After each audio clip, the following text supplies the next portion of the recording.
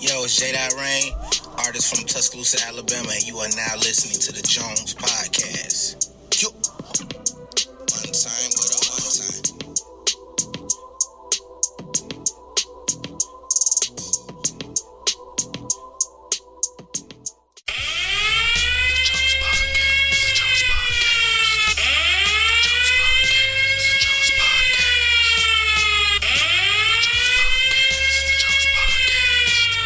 Ladies and gentlemen, welcome to the Jones Podcast. I'm your host, Eric. The Jones Podcast is a podcast that acknowledges great individuals or couples who are entrepreneurs on the city council or who are just doing great things from our city of Tuscaloosa. Roll Tide. So sit back, relax, and enjoy the Jones Podcast.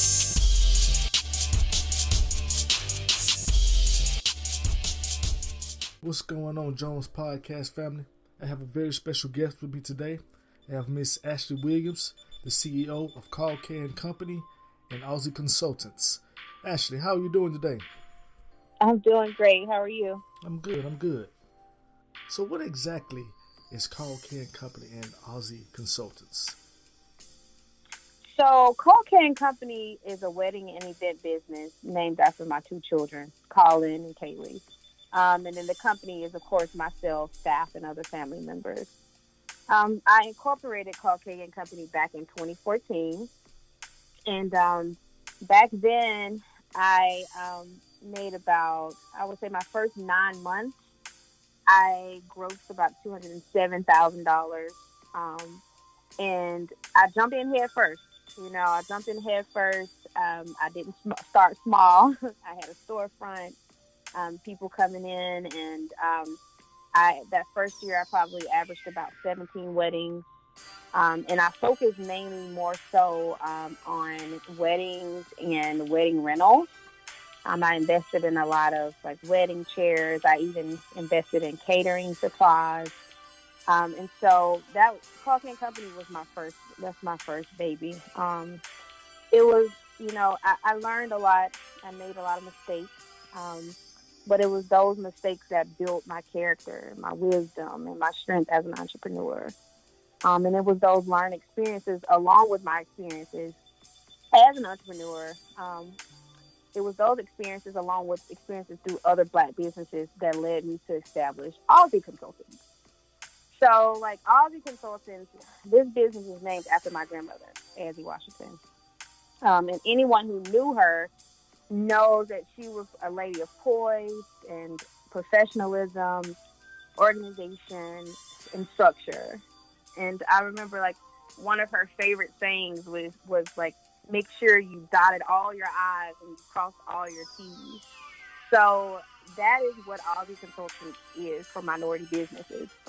So I offer client services to support small businesses, to create structure and ways to display professionalism, and to create strategies to increase revenue for them. So I'm actually still in the process of developing the articles, the website, and launching the grand opening. So I'm super, super excited about it. So you said you grossed $200,000 the first time being at Koll Kay? Yeah, in 8.5 months. My very first year in 2014 opening the store. 2015 opening the storefront. I grossed over $207,000. Yeah. Congratulations. It really gave me the ambition push that I needed. It let me know that that there was no limits. Wow, I did what? Where is it? Where is it? Can I keep it all? So yeah, it was really the push that I needed to really realize that there are no limits. The sky is not even a limit. So it was great experience, really great experience. Who or what inspired you to start your own business? Do you remember Winston across the street from McKenzie Court back in the day, right? Yeah. So Mr. Winston. And it's so crazy because, a lot of people say, you can't remember childhood memories when you're under 5. And I'm I remember so much. And Mr. Winston was my heart. It was the grandfather that I always wish I had. But it was so funny because my maternal grandmother she lived in Mackenzie Court. And so every time we would go to the store across the street, he would put me on the register. He was like, "Oh, my baby's here." He would call me smart, and he'd be like, she's gonna be something great." He would brag on me with the other customers and his workers, and like, "She's gonna be something smart." And he would put me on the register and have me ring up customers when I come there. I had to ring up at least 2 before I left every time. And even at 3 or 4 years old, I remember counting the money back and ringing the items up and doing the receipts. It was just so cool. So he was like my first. I remember it so vividly. And so that was my first inspiration of becoming a business owner. And then there was my granny, Emily, my great-grandmother, my paternal grandmother, great-grandmother. And if you lived on the west side in the late 70s, 80s, 90s, then you knew Sweet Taste, too. Mm-hmm. Sweet Taste was across the street. And so that was my paternal grandmother that ran and owned that business. She took it on after her son, Richard Sharper, died. And so we grew up in there, fixing burgers, frying fish. I was one of the babies, so I probably did more bagging than anything and fixing sodas and stuff. But even at that young age, I was able to understand the dynamics of running a business and just seeing, women like herself and my Aunt Mary run a business and be so driven. It was very inspiring. Yeah, I remember Winston's and I Sweet know, Taste. right? And Sweet Taste. Yeah. So even back then, geez, they were like, these were black, leaders. Like, they were running businesses in our community and feeding us not only food and snacks, but wisdom and knowledge and inspiration and joy that we needed to make it through the day, right? So what was your biggest achievement since you became an entrepreneur?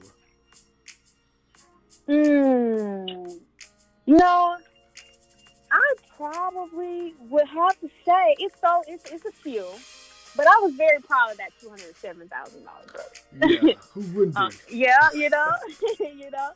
I was very proud of that, so I would have to go with that. But I just want to throw in there, like, even I did a vow renewal on the UA where the basketball coach Johnson was there doing events for the University of Alabama, their sports banquets.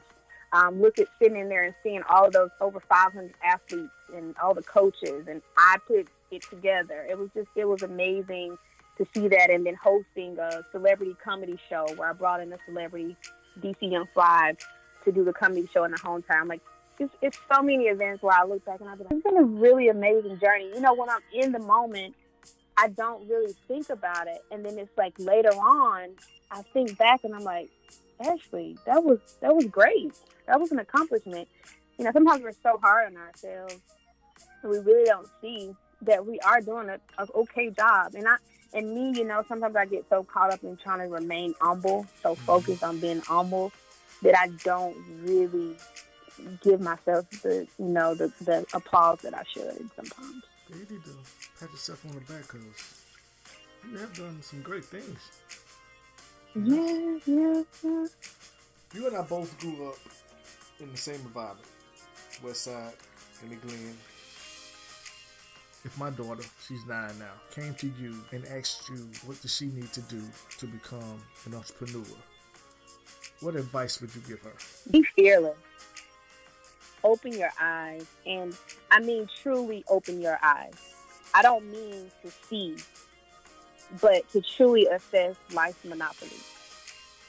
Educate yourself and understand you'll never know it all. Find someone who is truly successful and study them. Create a plan within yourself, but to create jobs for those who are in need and hope for those who truly, truly need it. Always remain humble, because there are continuous peaks and valleys in this journey. We could be up, because that $207,000, that was up. But then there came a storm. I lost my grandmother out of nowhere. That was like my mom. I was battling in a marriage that was horrible, trying to get out, afraid of what everybody else would think. And just going up in one aspect of my life, but really things falling apart And then having to shift and make some changes and slow down. My business had to slow down some. So there are like so many peaks and valleys along the journey to where you have to always remain humble. You can't never get sidetracked. So I would definitely say, stay focused, remain humble. And lastly, understand that no one will see your destiny. No one. No one. No one will understand it. Not even mom, not even dad. Nobody will understand your destiny. And no one knows your journey. And many will disappoint you. Many will shock you. And some won't even support you. But being resilient, being fearless, trusting God, and educating yourself continuously, it's going to be the key to advancing you to the next step every single time. That's the best advice I can give an entrepreneur, aspiring entrepreneur. Some great advice. Like I said, we both are from Tuscaloosa, west side part of Tuscaloosa. And it's been a lot of things going on in our city. Not good things. Yeah. Right. What would you say that we need to do as people, black people of Tuscaloosa?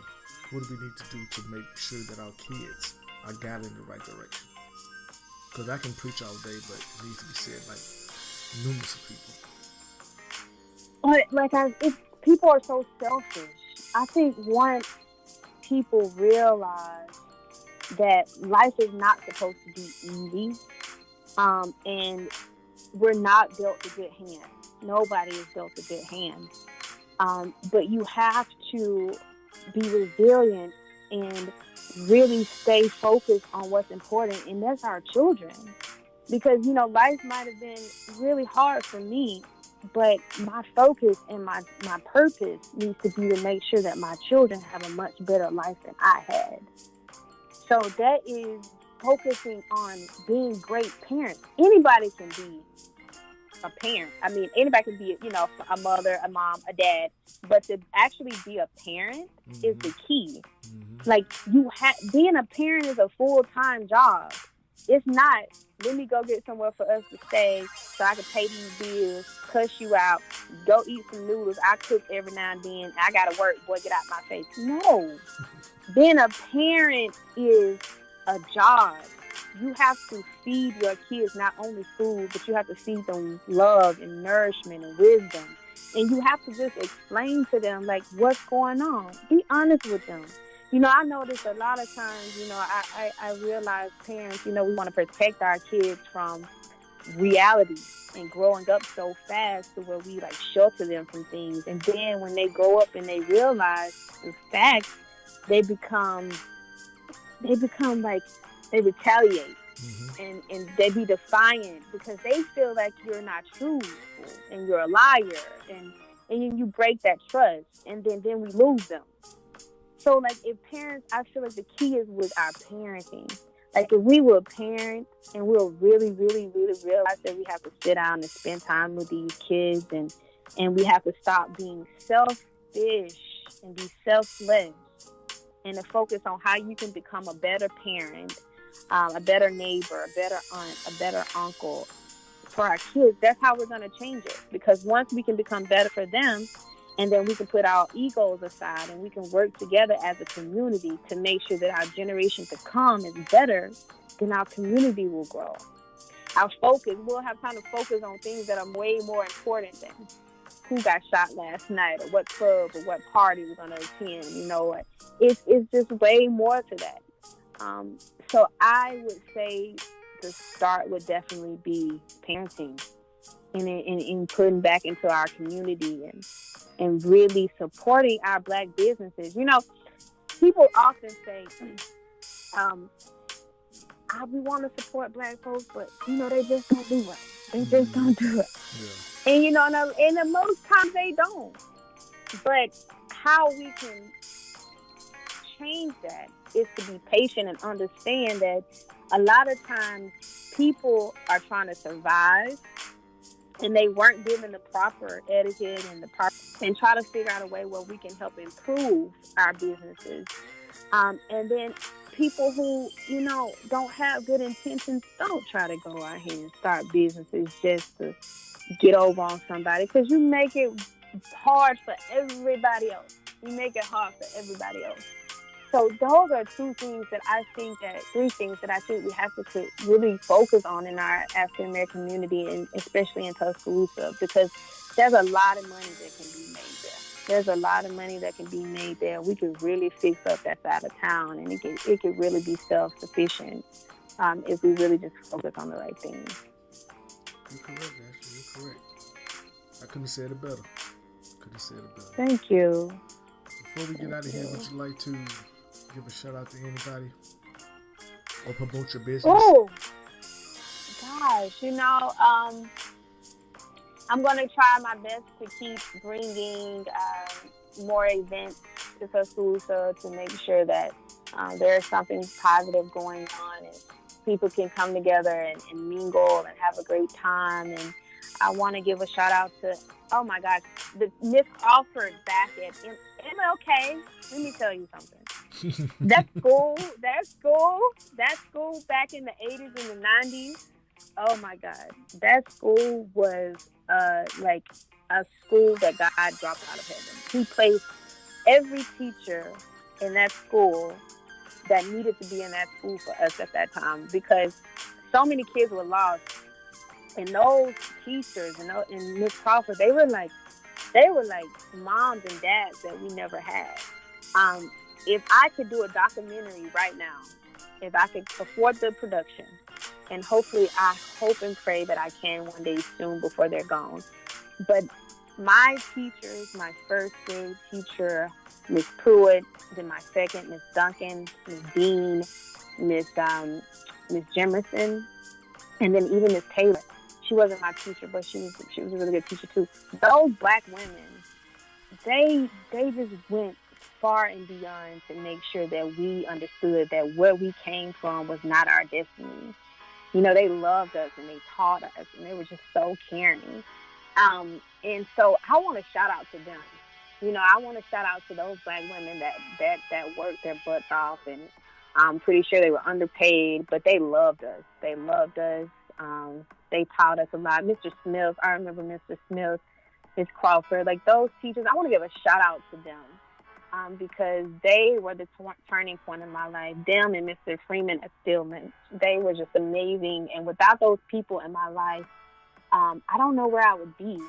So I really hope that those kids who are on the West Side, that they're coming into contact with teachers and administrators who were life-saving agents as they were for me back then. Well, Martin Luther King, at the moment, they've torn it down and they're rebuilding it to be a better school. Yeah, so I heard about that. Okay, well, it may be better structurally, but is it going to be better internally? True that. That's what we need to know. Yeah. That school was awesome, and a lot of successful people came out of that school. We have a lot of people from the city that are doing really well, who really fought hard to get to where they are. And I look back and I'm like, oh my God, this is so amazing. Like Deontay, like I remember him sitting at this lunch table quiet and us laughing and us going, to class, and just, you never would imagine he'd be the heavyweight champion of the world. Of the world. And of the world. And Josh Banks, walking from the bus stop in Alberta City, to home scared because we don't know what's going to break out. Mm-hmm. And he had a really rough life. Like I remember, I've always had a heart where I've always been empathetic for people. And I remember always wanting to be close to him because he had a really rough childhood, growing up just as I did, and just to see where he is. He's made beats, the duffel bag beat he made for Lil Wayne, and he's made beats for T.I. and Jeezy, so many people. I'm just so proud of him, and I just look back at so many others, and I'm like, wow, the city really bred winners. We really bred some winners. It was tough, but they really did. The city really bred some successful winners, and that's something that I am proud about. in regards to my hometown. Yeah, me too. Well, Ashley, it was great having you on the podcast this week. Yes, great talking to you too. Much success to you in your future endeavors, and people don't know, but you're my little cousin, and I'm very proud of you. I'm very, very proud of you. And I'm so proud of you. Like, I always remember, like, you smiling. Like, I can be coming from down the street and you standing at the dead end and I can see your teeth.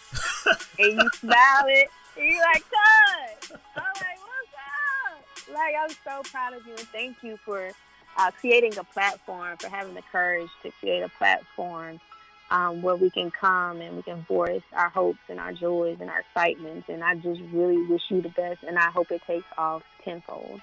Thank you, cuz. Thank you. You're welcome. Thank you for coming on. You have a great night, Ashley. Yeah, all right. Bye.